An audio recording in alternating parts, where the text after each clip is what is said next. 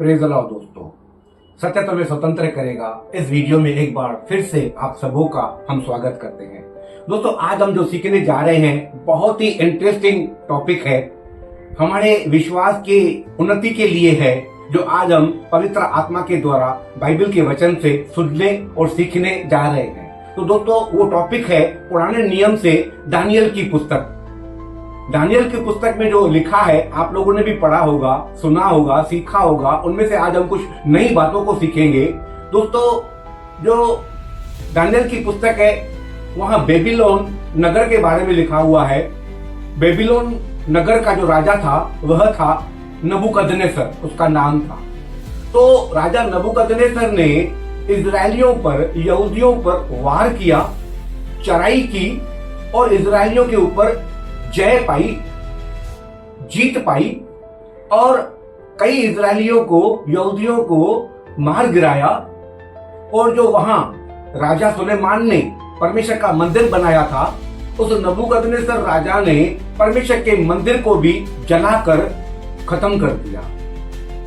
वो नबूकदनेस्सर राजा यहूदियों को, कुछ लोगों को जिंदा बंदी गृह बनाकर अपने नगर बेबीलोन में लेकर आया और उन यहूदियों को गुलाम बनाकर अपने नगर में रखा। तो उन यहूदियों से कुछ लोगों का जो नाम है, एक शेद्रक, मेशक, अबेदनगो, दानियल, 4 लोग ये हैं। और भी कई लोग थे जो यहूदी लोग गुलाम बनकर राजा नबूकदनेस्सर उनको लेकर आया था और बेबीलोन में रहते थे।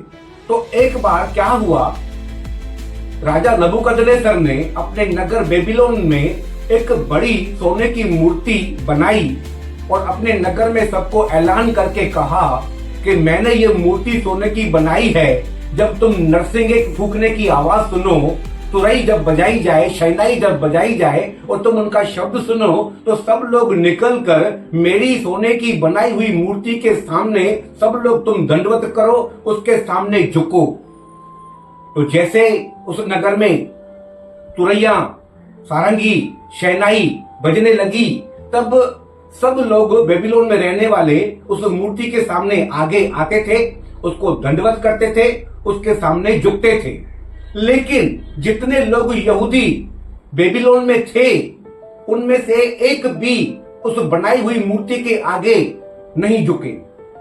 जब राजा के सिपाहियों को मालूम पड़ा, पता चला कि राजा नबूकदनेस्सर जिनको इजराइल में से जिंदा बनाकर गुलामी करने के लिए लेकर आया है, उनमें से कोई भी राजा की बनाई हुई मूर्ति के आगे दंडवत नहीं कर रहा है, नहीं झुक रहा है। तब ये राजा को जाकर बताया कि हे राजा, जिन लोगों को तू यहूदियों को इजराइल से पकड़ कर लेकर आया है गुलाम बनाने के लिए, उनमें से एक भी जन तुम्हारी बनाई हुई सोने की मूर्त के आगे ना दंडवत करते हैं ना झुकते हैं। तो राजा को गुस्सा लगा, क्रोध लगा। तो राजा ने कहा उन लोगों को मेरे सामने लेकर आओ। तो उन लोगों ने जाकर, सिपाहियों ने जाकर इन 3 लोगों को राजा के सामने खड़ा किया, जिसका नाम था शेद्रक, मेशक और अबेदनगो। जब इन तीनों लोगों को राजा के सामने खड़ा किया तो राजा ने उन तीनों से सवाल पूछा, क्या तुम जानबूझकर मेरी बनाई हुई मूर्ति के आगे नहीं झुक रहे हो? तो अब भी मैं तुमको मौका देता हूं, जाकर उस मूर्ति के सामने झुको, उसको दंडवत करो, नहीं तो वरना मैं तुमको आग की भट्ठी में डालकर खत्म कर दूंगा, जला दूंगा। फिर मैं भी देखता हूं कि इस संसार में, इस पृथ्वी पर ऐसा कौन सा ईश्वर है जो तुमको मेरे हाथों से छुड़ा सके या मेरी आग की भट्ठी में से तुमको बचा सके। जब ये तीनों ने राजा की बातों को सुना, तब इन तीनों ने मुंह खोलकर राजा से कहा, जो लिखा है दानियल की पुस्तक 3 अध्याय में, हम 16 वचन पढ़ने जा रहे हैं। जब तीनों ने राजा से कुछ कहा, वहां लिखा है, नहीं 17 वचन में हम पढ़ने जा रहे हैं। 17 में लिखा है, हमारा परमेश्वर जिसकी हम उपासना करते हैं, वह हमको उस धधकते हुए भट्ठे की आग से बचाने की शक्ति रखता है। तीनों ने राजा नबूकदनेस्सर से कहा सामने कि हे राजा, जिसकी परमेश्वर की हम उपासना करते हैं, वो हमें तुम्हारे आग की भट्ठी में से बचाने की ताकत रखता है। आगे लिखा है, वरन हे राजा, वह हमें तेरे हाथ से भी छुड़ा सकता है जो तूने कहा कि फिर ऐसा कौन सा ईश्वर है जो तुमको मेरे हाथों से छुड़ाए, तो उसके बदले में इन तीनों ने राजा से कहा कि हे राजा, हमारा परमेश्वर तेरे हाथों से भी हमें छुड़ा सकता है। आगे लिखा है 18 वचन में, परंतु यदि नहीं तो हे राजा, तुझे मालूम हो कि हम लोग तेरे देवता की उपासना नहीं करेंगे और न तेरी खड़ी कराई हुई सोने की मूरत को दंडवत करेंगे। हे राजा, वो हमें तुम्हारे हाथों से, तुम्हारे आग की भट्ठी में से हमें छुड़ाए या न छुड़ाए, बचाए या न बचाए, तो भी हे राजा, इतना तुम ध्यान रखो कि हम तेरी बनाई हुई सोने की मूरत के आगे ना हम दंडवत करेंगे, ना हम उसके आगे झुकेंगे।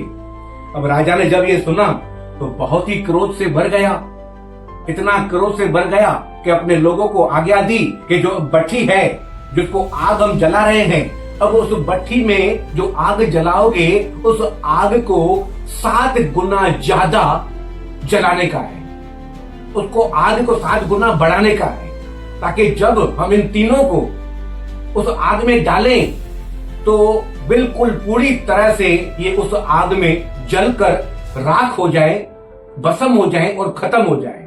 तब राजा ने अपने लोगों को ये आज्ञा दी। और आगे क्या होगा, बहुत ही इंटरेस्टिंग टॉपिक है, हम सुनेंगे, बहुत आशीष पाएंगे और कुछ नई बातों को भी हम सीखेंगे। कल के वीडियो में हम आगे इसी टॉपिक को कंटिन्यू करेंगे। तब तक के लिए गॉड ब्लेस यू। जय मसीह।